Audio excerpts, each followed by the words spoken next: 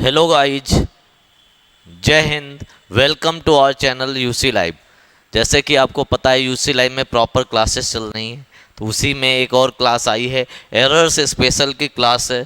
और इसमें कौन से एरर हैं वो भी मैं बता दूं, कौन से एरर्स इसमें मैं लेके आया हूं। जो अभी अभी जो पेपर हुआ था जो अभी पेपर हुआ था सीजीएल का 2021, सबसे लेटेस्ट जो पेपर हुआ है उसके सारे एरर्स मैं लेके आया हूँ। उसके सारे एरर्स मैं आज कराने वाला हूँ, ठीक है। और सभी लोगों को दिवाली की हार्दिक शुभकामनाएं। दिवाली को काफ़ी आप लोग हर्षोल्लास के साथ मनाइए, आराम से एंजॉय करिए इस त्यौहार को, इस पावन अवसर को अपने घर में अपने मम्मी पापा के साथ, अपने भाई बहनों के साथ। कोशिश ये करिए कि अपने घर पे रहें और आराम से एंजॉय करें, ठीक है। दीपक जलाएं, घी के दीपक जलाएं। और आसपास जहाँ पे चाइनीज आइटम्स कम खरीदें, ठीक है। लोकल मार्केट से चीज़ें खरीदें जिससे गरीबों का भी भला होगा, ठीक है। अपने पास पड़ोस में जो झुग्गी झोपड़ी वाले होते हैं, जो दीपक बनाते हैं मिट्टी के, तो कोशिश करिएगा कि उनसे चीज़ें, उनसे सामान खरीदो, तो उनकी भी रोजी रोटी चलती रहेगी। क्योंकि देखा होगा दशहरा में बारिश की वजह से तो उन लोगों को काफ़ी नुकसान हो गया है। तो दिवाली में आप लोग कोशिश करिए कि उन्हीं से सामान खरीदें। दीपक का प्रयोग ज़्यादा करना, मोमबत्ती और जो चाइनीज लाइट्स हैं उनका प्रयोग कम करना। जो इंडियन है तो ठीक है, अगर चाइनीज है तो उनका प्रयोग ना करना, ठीक है। सभी लोगों को यूसी लाइव के यूट्यूब चैनल में हार्दिक स्वागत है। यूसी लाइव की पूरी टीम की तरफ से, रानी मैम की तरफ से आप सभी को दिवाली की हार्दिक शुभकामनाएं। दिवाली को आप लोग हर्षोल्लास के साथ मनाइए, एंजॉय करिए, ठीक है। चलो, अब एरर स्पेशल क्लास में आज मैं सीजीएल 2021 के अभी जो अप्रैल में पेपर हुआ था उसके सारे क्वेश्चंस लेके आया हूँ, ठीक है। सीरियल से क्वेश्चन कराऊंगा, उसमें 89 क्वेश्चंस आए थे, ठीक है। आज 25 मैं कराऊंगा, उसके बाद जो बचेंगे अगली क्लास में कराऊंगा। तो जल्दी से जाइए सभी लोग, एक बार सेशन को लाइक कर दीजिए, शेयर कर दीजिए और चैनल को सब्सक्राइब कर दीजिए, ठीक है। सेशन को लाइक कर दो, शेयर कर दो और चैनल को क्या कर देना है, सब्सक्राइब करना है, ठीक है। चलो, पहला क्वेश्चन तुम्हारी स्क्रीन पे आने वाला है। पहला क्वेश्चन तुम्हारी स्क्रीन पे आने वाला है। पहला क्वेश्चन तुम्हारी स्क्रीन पे आ चुका है, आने वाला नहीं है।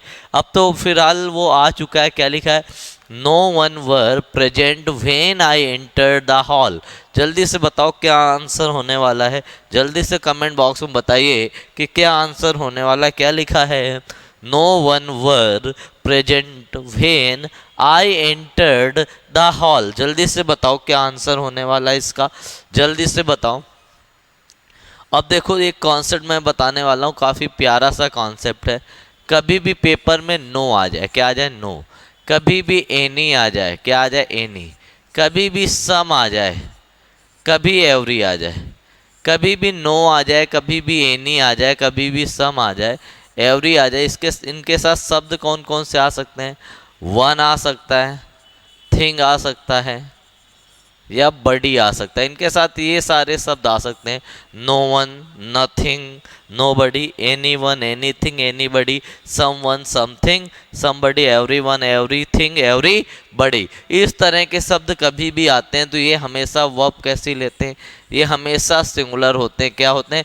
Always singular. इनका प्रयोग कभी भी प्लूरल के तौर पर नहीं करते। जल्दी से नोट कर लो।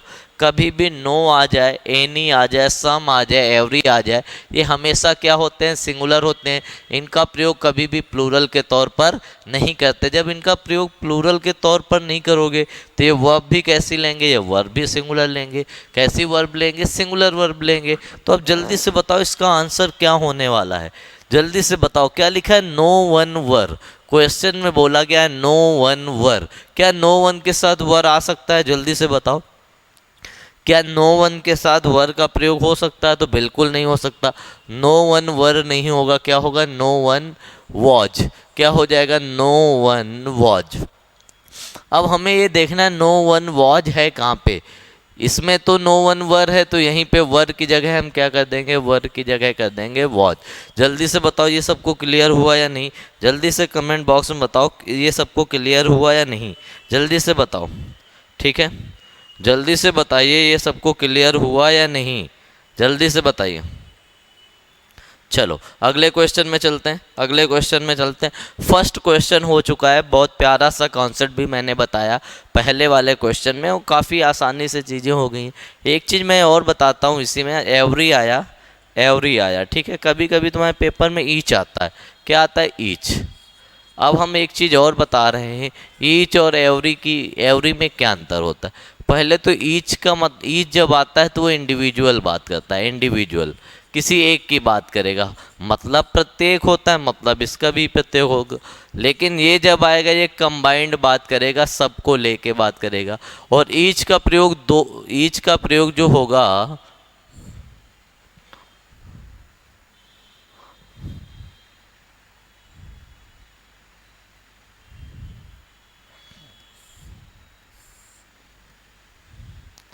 चलो एक मिनट, हाँ, ईच और एवरी, क्या मैं बता रहा था, ईच बता रहा था और क्या बता रहा था, एवरी।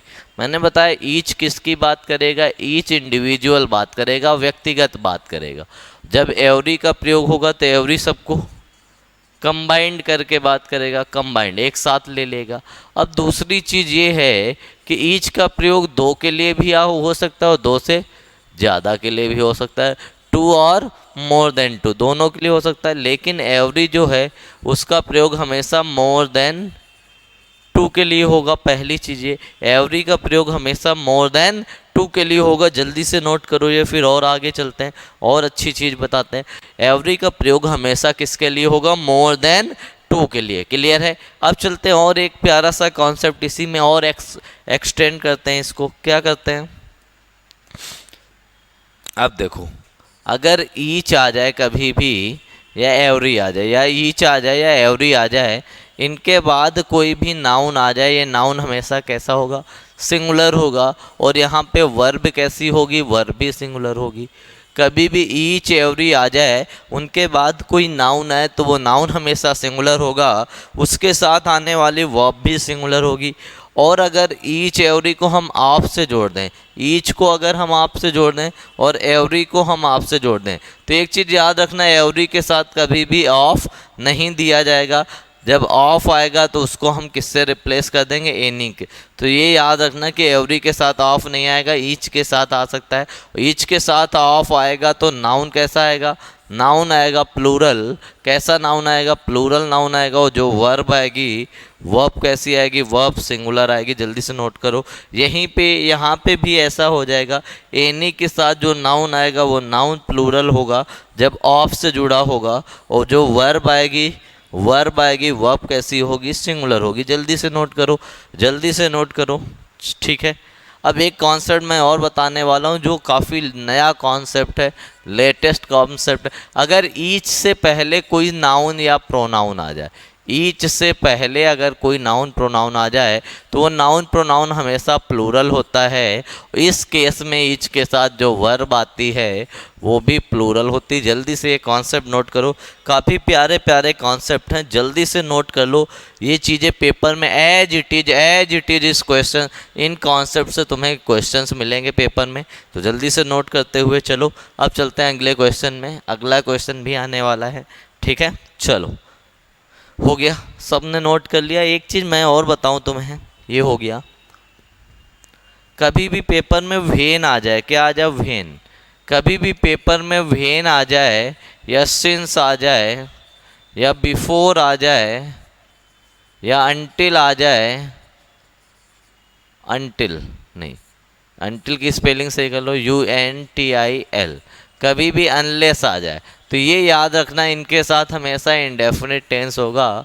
कैसा टेंस होगा, इंडेफिनिट टेंस होगा।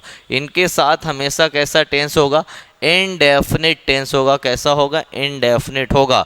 यहाँ देखो इंडेफिनिट आया, पास्ट इंडेफिनिट, क्योंकि ये पास्ट था इसलिए यहाँ पास्ट आया। अगर यहाँ पे प्रेजेंट होता तो ये भी प्रेजेंट होता, यहाँ पे फ्यूचर होता तब भी ये प्रेजेंट होता। क्लियर हो गया। अब चलते हैं अगले क्वेश्चन में। एक क्वेश्चन हो चुका है, अगला क्वेश्चन तुम्हारी कंप्यूटर स्क्रीन पे आ गया। क्या लिखा है, it was the very well directed film, it was it was the very well directed film and we enjoyed. जल्दी से बताओ क्या आंसर होने वाला है, जल्दी से बताओ क्या आंसर होने वाला है। तो एक बहुत प्यारा सा कॉन्सेप्ट मैं बताने वाला हूँ इट में। इट के बारे में मैंने पहले ही बताया होगा। इट जो होता है, नोट कर लो, इट जो होता है वो डमी सब्जेक्ट होता है। कैसा सब्जेक्ट होता है? Dummy subject. ना तो ये ऑब्जेक्ट का काम करेगा ना ही सब्जेक्ट का। और देखो इट कभी भी आएगा तो हमेशा इट अपने साथ कौन सी केस लेगा? सब्जेक्टिव केस लेगा।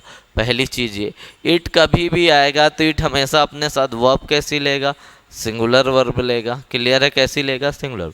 अब एक नया कॉन्सेप्ट मैं बता रहा हूँ, इट के साथ बी फॉर्म। बी फॉर्म मतलब इज या वॉज। बी फॉर्म में सिंगुलर आएगा, या तो इज आएगा या तो वॉज आ जाएगा। उसके बाद अगर नाउन आया पीछे, अगर नाउन आया है और नाउन सिंगुलर है, प्रोनाउन की बात नहीं कर रहा हूँ, अगर नाउन आया है और वो नाउन सिंगुलर है तो उससे पहले हमेशा आर्टिकल आ या एन का प्रयोग करते हैं। अगर वॉवेल साउंड है तो एन आएगा, कॉन्सोनेंट साउंड होगा तो आ आएगा। अब देखो यहाँ पे क्या है, यहाँ पे लिखा इट वॉज, इट के साथ वॉज आ गया, यही मैंने बताया, या तो इज आएगा या तो वॉज आएगा। उसके बाद आया फिल्म। क्या आया? फिल्म। ये क्या था? ये तो एडजेक्टिव था। ये क्या था? एडजेक्टिव। नियम ये भी तो होता है, नियम ये भी होता है, article plus adjective plus noun. Clear हो गया? अब देखो नाउन आ गया, एडजेक्टिव आया, लेकिन आर्टिकल कौन सा आना चाहिए था? आ या एन आना चाहिए था। तो क्या आ जाएगा? It was a very well directed film and we enjoyed it. Clear हो गया? जल्दी से नोट कर लो, काफ़ी प्यारा सा कॉन्सेप्ट है। तुम्हारे पेपर में इस कॉन्सेप्ट से क्वेश्चन आएंगे।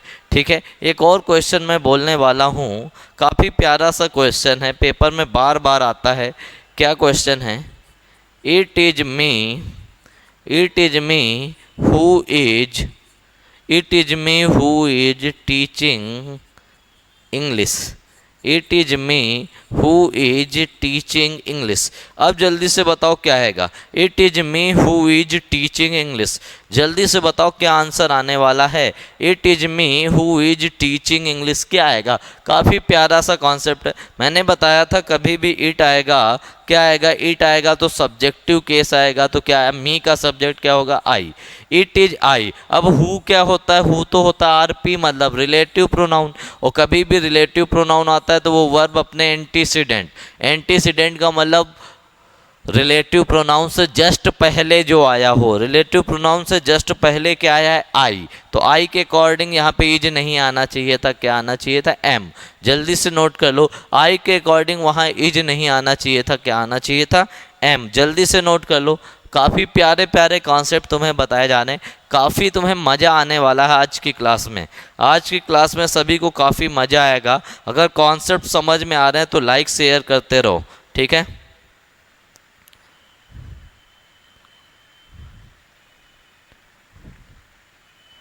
ठीक है, जल्दी से कॉन्सेप्ट क्लियर कर लो।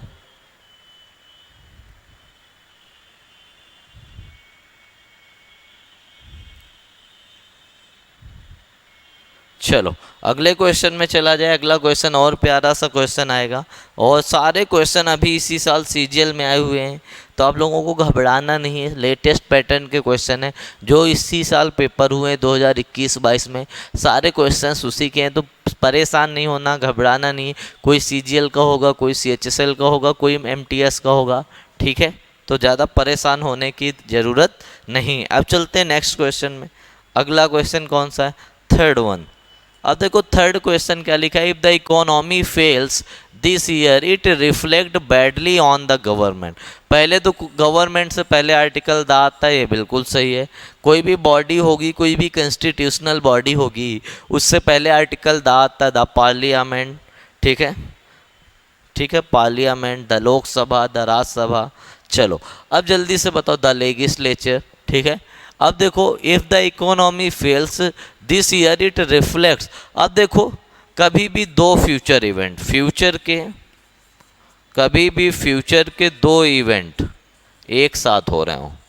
ठीक है, फ्यूचर के दो इवेंट हैं, तो जो पहले होगा, जो इवेंट पहले होगा वो बनेगा प्रेजेंट इंडेफिनिट में। किस में बनेगा? प्रेजेंट इंडेफिनिट में। जो बाद में होगा वो बनेगा फ्यूचर में।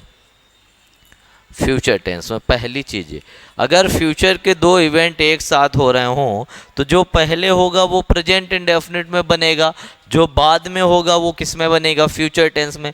पहले वाला प्रेजेंट इंडेफिनिट में, बाद वाला फ्यूचर टेंस में। और इसको एक्सटेंड कर दें तो ये याद रखना कि जिस क्लॉज में कंजंक्शन आ जाए, मतलब इफ़ आ जाए, एज इफ़ आ जाए, व्हेन आ जाए, सिंस आ जाए, तो वो क्लॉज किस में होगी, प्रेजेंट इंडेफिनिट में। और जो दूसरी क्लॉज बचेगी वो किस में रहेगी, फ्यूचर टेंस में। किस में आएगी, फ्यूचर टेंस। अब देखो क्या लिखा है, इफ़ द इकोनॉमी फेल्स, अगर अर्थव्यवस्था फेल होगी इस साल, अगर इस साल अर्थव्यवस्था फेल होगी, it reflect on the government badly, या it reflect badly on the government, मतलब ये सरकार पे बहुत बुरा प्रभाव डालेगी।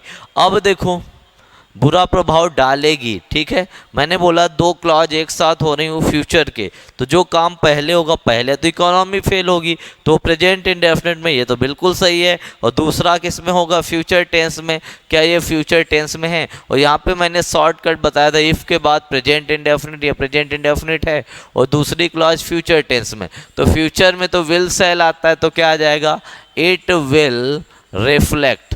क्या आ जाएगा, it will reflect badly on the government. Clear हो गया? जल्दी से नोट कर लो, काफ़ी प्यारे प्यारे क्वेश्चन, काफ़ी प्यारे प्यारे कॉन्सेप्ट्स तुम्हारे आ रहे हैं। जल्दी से नोट करते हुए चलो, जल्दी से नोट करते हुए चलो, ठीक है। चलो, हाँ, जल्दी से नोट करते हुए चलो। काफ़ी प्यारी सी चीज़ें तुम्हें बताने, काफ़ी प्यारे से कॉन्सेप्ट्स बताने। इनसे बाहर से तुम्हारे पेपर में क्वेश्चंस या कॉन्सेप्ट नहीं आएंगे। आसान है तो कहीं कहीं पे दिमाग लगाना है, कहीं कहीं पे नहीं लगाना है। अब चलते हैं अगले क्वेश्चन में, 4th नंबर में। आज के 4th क्वेश्चन में क्या लिखा है, every curious child want to rip open a toy. जल्दी से बताओ, लिखा है every curious child want to rip open the toy. क्या होने वाला है आंसर? जल्दी से कमेंट बॉक्स में बताओ किसका आंसर क्या होने वाला, what will be the right answer of this question. जल्दी से बता दो, जल्दी से बता दो इसका आंसर क्या होने वाला है। जल्दी से कमेंट बॉक्स में बताओ what should be right answer, क्या होना चाहिए। चलो बताएं हम। अभी मैंने बताया था ईच या एवरी का कॉन्सेप्ट। क्या मैंने बताया था ईच और एवरी के कॉन्सेप्ट में? कभी भी पेपर में ईच आ जाए या एवरी आ जाए, उसके बाद तुरंत बाद जो नाउन आता है वो नाउन सिंगुलर आता है, और जो वर्ब आती है क्या आती, वर्ब आती है। वर्ब भी कैसी आती है, सिंगुलर आती। अब देखो यहाँ पे लिखा है एवरी क्यूरियस चाइल्ड, ये एवरी के साथ चाइल्ड तो सिंगुलर आया। क्या वर्ब सिंगुलर आई? तो तुम्हें पता है वर्ब को सिंगुलर बनाने के लिए उसमें एस या ईएस का प्रयोग करते हैं, तो वांट को हम क्या कर देंगे, वांट्स। वांट को क्या कर देंगे, wants. Every curious child wants to rip open a toy. अब कौन से ऑप्शन में, फर्स्ट नंबर में। वांट को क्या कर दोगे, वांट्स कर दोगे। वांट को क्या कर दोगे, वांट्स कर दोगे। जल्दी से नोट करते हुए चलो, जल्दी से नोट कर लो। काफ़ी प्यारे से क्वेश्चन है, आसान है लेकिन मज़ेदार हैं। चलो अगले क्वेश्चन में चला जाए। 4 क्वेश्चन हो चुके हैं, 4 क्वेश्चन हो चुके हैं। अगले क्वेश्चन में चलते हैं, 5वें क्वेश्चन में चलते हैं आज के। आई थिंक ये सबको समझ में आया होगा, इसका कॉन्सेप्ट मैंने पहले ही बताया था। अब अगला क्वेश्चन आ गया है। अगला क्वेश्चन क्या लिखा है, लिखा है did you baked the chocolate cake. अब देखो चॉकलेट की स्पेलिंग कई बार आई है तो इसमें स्टार लगा लो, जल्दी से स्टार लगा लो, इसमें डबल स्टार लगा लो। वैसे तो तुमको 3 स्टार चाहिए तो 3 स्टार लगा लो, है ना, जल्दी से लगा लो इसमें स्टार। चलो क्या लिखा है, डिड यू बेक्ड। मैंने कल ही एक कॉन्सेप्ट बताया था पिछली क्लास में, कभी भी डू फॉर्म आएगी, डू फॉर्म वर्ब की कौन सी फॉर्म लेती है, हमेशा फर्स्ट फॉर्म लेती है। Do form always takes first form of the verb. Do form कभी भी आती है तो वर्ब की कौन सी फॉर्म लेती है, फर्स्ट फॉर्म लेती है। डू फॉर्म कौन सी फॉर्म लेगी, फर्स्ट फॉर्म लेगी। अब देखो यहाँ पे लिखा है डिड यू, तो डिड आया तो यहाँ पे वर्ब की कौन सी फॉर्म आनी चाहिए थी, फर्स्ट फॉर्म आनी चाहिए थी। तो बेक्ड की जगह क्या आ जाएगा, बेक आ जाएगा। और चॉकलेट की स्पेलिंग बहुत इंपॉर्टेंट है, तो बेक्ड की जगह बेक, सेकंड वाले में बेक्ड की जगह क्या कर दोगे, बेक कर दोगे। इज दैट क्लियर और नॉट? जल्दी से बताओ ये सबको समझ में आया? अगर समझ में आ रहा है तो सेशन को लाइक करो, शेयर करो, जल्दी से लाइक कर दो, सेशन को शेयर कर दो, ठीक है। चलो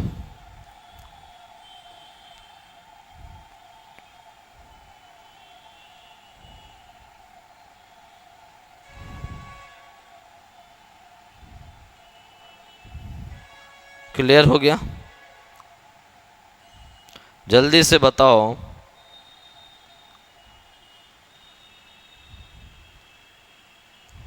चलो अगले क्वेश्चन में चलते हैं। अगला क्वेश्चन क्या लिखा है? अगला क्वेश्चन और प्यारा सा कॉन्सेप्ट है। You recall to meet her at the party last night. अब जल्दी से बताओ, इस क्वेश्चन का आंसर जिसने बता दिया उसकी तैयारी बहुत अच्छी है। अगर इस क्वेश्चन का आंसर जिसने भी बता दिया, जो भी बच्चे लाइव हैं इस समय 10 15 16 जिन्होंने भी बता दिया इस क्वेश्चन का आंसर, उनकी तैयारी काफ़ी अच्छी है। जल्दी से बताओ क्या होगा। क्या लिखा है? Do you recall to meet her at the party last night. जल्दी बताओ, do you recall to meet her.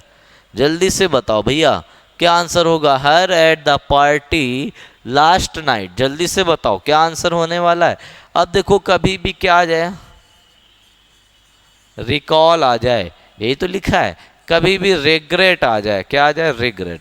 Recall या रिग्रेट कभी भी आएगा तो इनके बाद जो वर्ब आएगी आईएनजी होगी, जिसे तुम बोलोगे प्रेजेंट पार्टिसिपल, मतलब एडजेक्टिव। क्या बोलोगे? प्रेजेंट पार्टिसिपल या एडजेक्टिव, क्योंकि हर तो यहाँ पे ऑब्जेक्ट है, तो ऑब्जेक्ट से पहले तो एडजेक्टिव आना चाहिए, प्रोनाउन है। क्लियर है? तो रिकॉल टू मीट की जगह क्या हो जाएगा? Recall meeting her at the party. तो यहाँ टू मीट की जगह क्या हो जाएगा?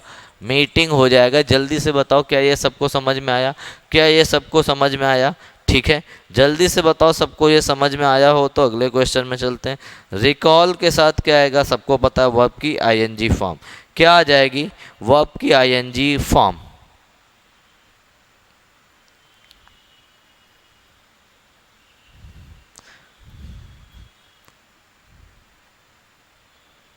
ठीक है, चलो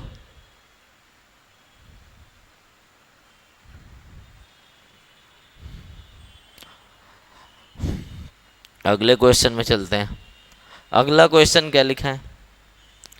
we stayed in Jim's flat during he watch on holiday. Holiday की स्पेलिंग देखो यहाँ पे गलत हो गई है, तो HOLIDAY पहले तो है। हॉलीडे का मतलब वैकेशन, वैकेशन कर लो, इसका मतलब छुट्टियों में। ठीक है, अब जल्दी से आंसर बताओ क्या होगा? वैकेशन। जल्दी से बताओ क्या आंसर होने वाला है इसका। जल्दी से कमेंट बॉक्स में बताओ, और जिसको समझ में नहीं आ रहा है वो लोग भी कमेंट कर दें। जिनको समझ में नहीं आ रहा है वो लोग भी कमेंट करके बता दें। ठीक है, जिनको जिनको भी समझ में नहीं आ रहा है तो जल्दी से कमेंट बॉक्स में बताएं कि भैया हमें समझ में नहीं आ रहा है। ठीक है, चलो बता दो जल्दी से। हाँ, जल्दी से बताओ क्या लिखा? We stayed in Jim's flat during he was on holiday. Holiday, अच्छा वेकेशन, यहाँ पे सिंगल सी आएगा, इसको सही कर लो। VACATION। ठीक है, जल्दबाजी में हो गया होगा। चलो क्या लिखा? We stayed in Jim's flat during he was on holiday. मैं जिम्स फ्लैट में, जिम के फ्लैट में रुकता था जब वह कहाँ पे था? छुट्टियों में था। जब वह छुट्टियों में था तो पहले तो ड्यूरिंग की जगह क्या आना चाहिए? वेन आना चाहिए। क्या आना चाहिए? वेन। दूसरी चीज़ स्टे के साथ एट का प्रयोग होता है, तो यहाँ पे एट ज़्यादा सही होगा। तो यहाँ पे तो ज़्यादा अच्छा क्या है, तो यही कर दो। एसएससी ने जो आंसर दिया था उन्होंने क्या दिया था? ड्यूरिंग की जगह वेन। लेकिन हमारे हिसाब से एक एरर और होना चाहिए, इन के जगह पे ऐड। तो दोनों सही कर लो, दोनों सही कर लो, जल्दी से दोनों सही कर लो। काफ़ी प्यारे से क्वेश्चन है। ठीक है, चलो अगले क्वेश्चन में चला जाए। अगले क्वेश्चन में चला जाए।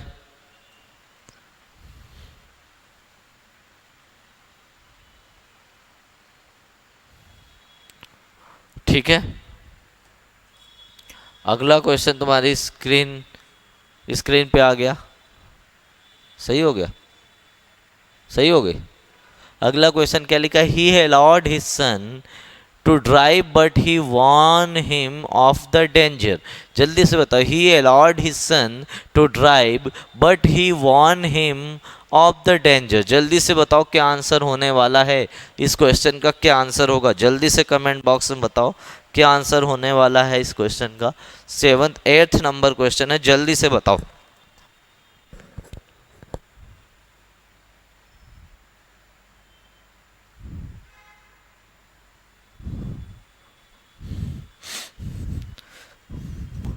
क्या लिखा है, ही अलाउड, जल्दी से बताओ क्या आंसर होने वाला है।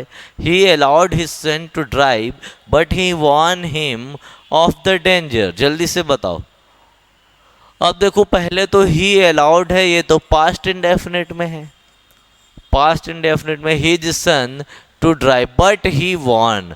अब देखो यहाँ पे भी पास्ट इंडेफिनिट आना चाहिए था, ही के साथ अगर आता तो वॉन्स आता, प्रेजेंट इंडेफिनिट में आता, तो एरर तो यही हो गया। अगर प्रेजेंट इंडेफिनिट भी होता तो वॉर्न नहीं होता, वॉन्स होता, WARNS। ठीक है, तो वो तो नहीं होगा, तो अब इसको हम पास्ट में चेंज कर दें, वॉर्न्ड। क्लियर है, तो कौन सा ऑप्शन सही है, जल्दी से बताओ, जल्दी से बताओ किस ऑप्शन में एरर है, जल्दी से बताओ क्या होगा। 4th नंबर में ही वॉर्न की जगह क्या हो जाएगा, वॉर्न्ड हो जाएगा। ठीक है, जल्दी से नोट करो इसको, जल्दी से नोट करो, फिर चलते हैं अगले क्वेश्चन में। अगला क्वेश्चन और अच्छा क्वेश्चन होगा। क्या क्वेश्चन लिखा है, no sooner did the child start crying then. जल्दी से बताओ, नो सूनर का पेयर किससे बनता है। कभी भी पेपर में नो सूनर आएगा तो नो सूनर का पेयर बनता है THAN, देन। कभी भी हार्डली आ जाएगा, हार्डली, एक मिनट, कभी भी पेपर में नो सूनर आ जाए, क्या आ जाए, नो सूनर, तो नो सूनर का पेयर देन से बनेगा। हार्डली आ जाएगा, हार्डली, स्कार्सली आ जाएगा, स्कार्सली, रेयरली आ जाएगा, बेयरली आ जाएगा। इन सब का पेयर किससे बनता है, वेन से। ठीक है, अदर का पेयर किससे बनता है, अदर का पेयर भी देन से बनता है।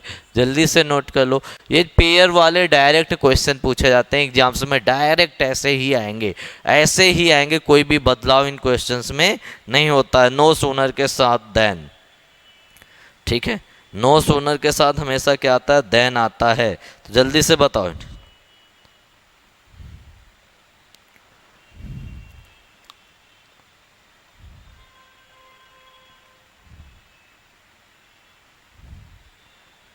जल्दी से बताओ क्या आंसर होगा।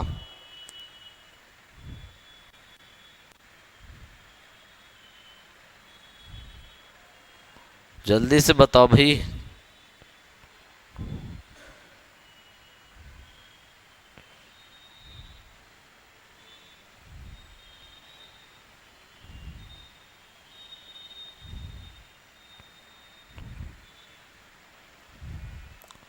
क्या आंसर होगा इसका,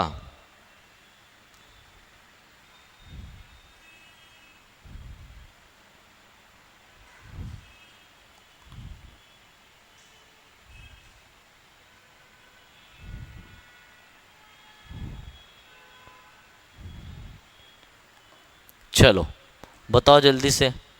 अब देखो यहाँ पे THAN है, THAN है, यहाँ पे लिखा है THEN, तो THEN की जगह क्या कर दोगे, THAN। अब बताओ क्या होगा, THEN की जगह यहाँ भी क्या कर दिया जाएगा, THAN। क्लियर है।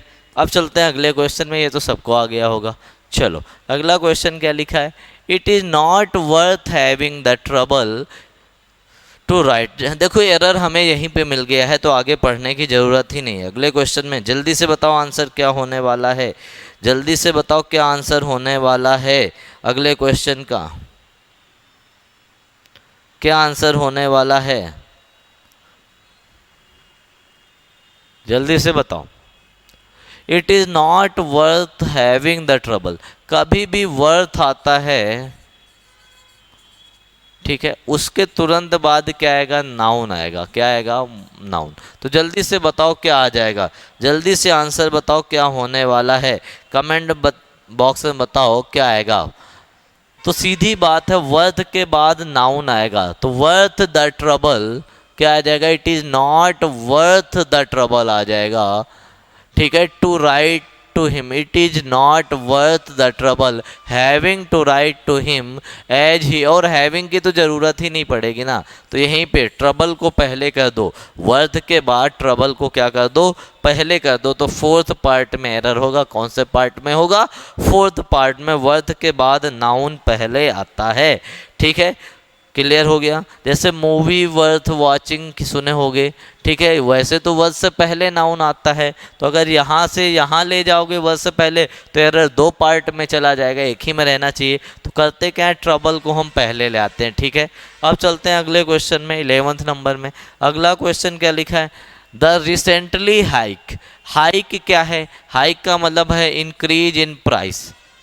हाइक, हाइक का मतलब होता है इंक्रीज इन प्राइस, मूल्य में जो बढ़त होती है, जो बढ़ोतरी होती है उसे हम बोलते हैं हाइक।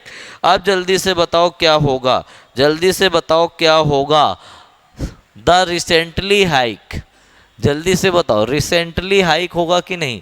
भैया यहाँ पे रिसेंटली तो एडवर्ब हो गया, मैंने बताया था नाउन प्लस एल वाई लगाओगे तो एडजेक्टिव, और एडजेक्टिव प्लस एल वाई लगा दोगे तो एडवर्ब। हाइक क्या है, हाइक तो नाउन है, हाइक क्या है, नाउन है। ठीक है, तो रिसेंटली को हम क्या कर दें, इसको रिसेंट कर दें, एडजेक्टिव बना दें रिसेंट, तो कौन सा ऑप्शन होगा, प्राइस, प्राइस। हाँ, रिसेंटली को हम क्या कर दें, रिसेंट कर देंगे, रिसेंटली को क्या कर दिया जाएगा, रिसेंट कर दिया जाएगा। इज दैट क्लियर और नॉट, जल्दी से बताओ ये सबको समझ में आया, कमेंट बॉक्स में बताओ। सभी लोग लाइक शेयर करते रहो सेशन को लाइक शेयर करते रहो, और कमेंट बॉक्स में बताते रहो। ठीक है,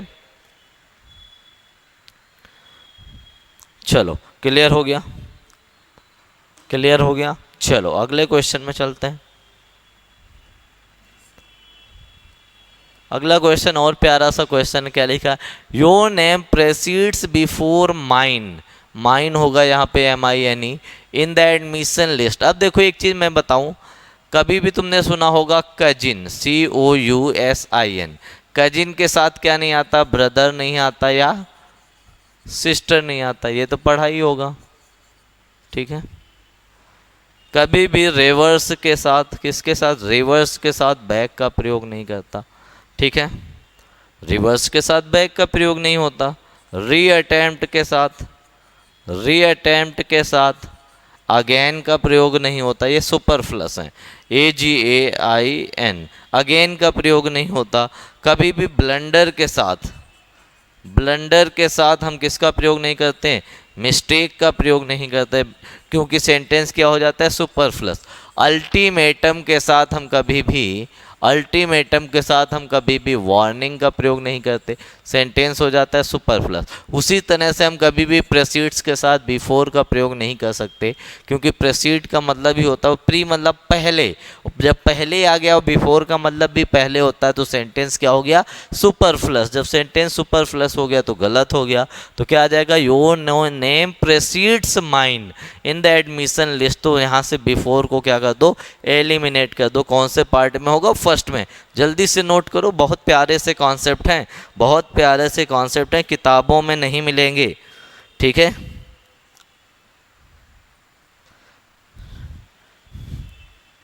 जल्दी से बताओ।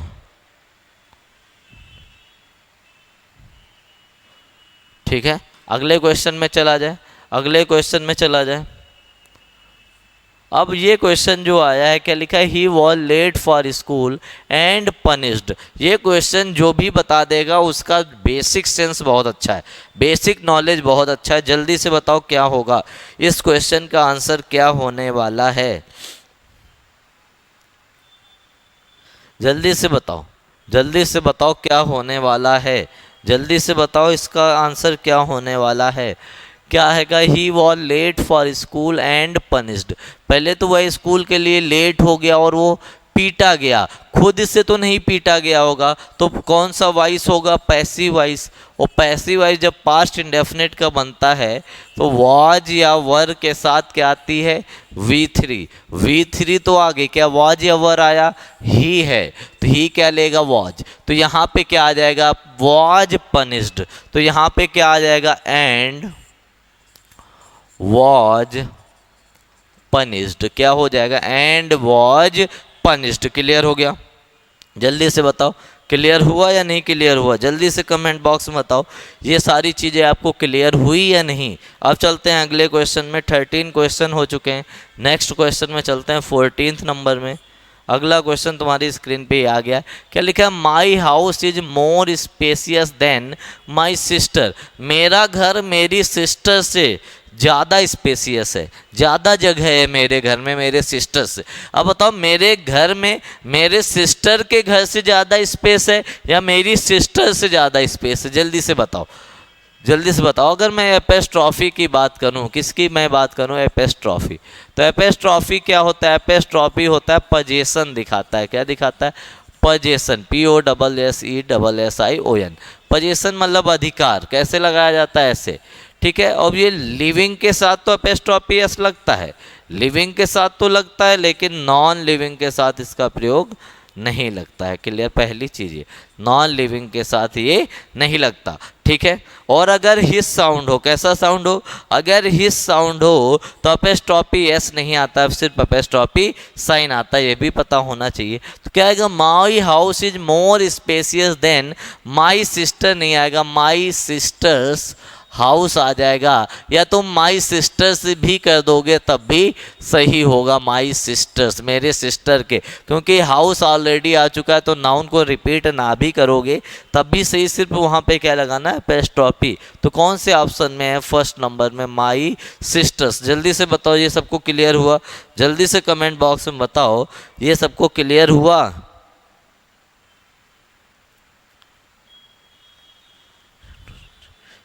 क्लियर हो गया? अब चलते हैं अगले क्वेश्चन में।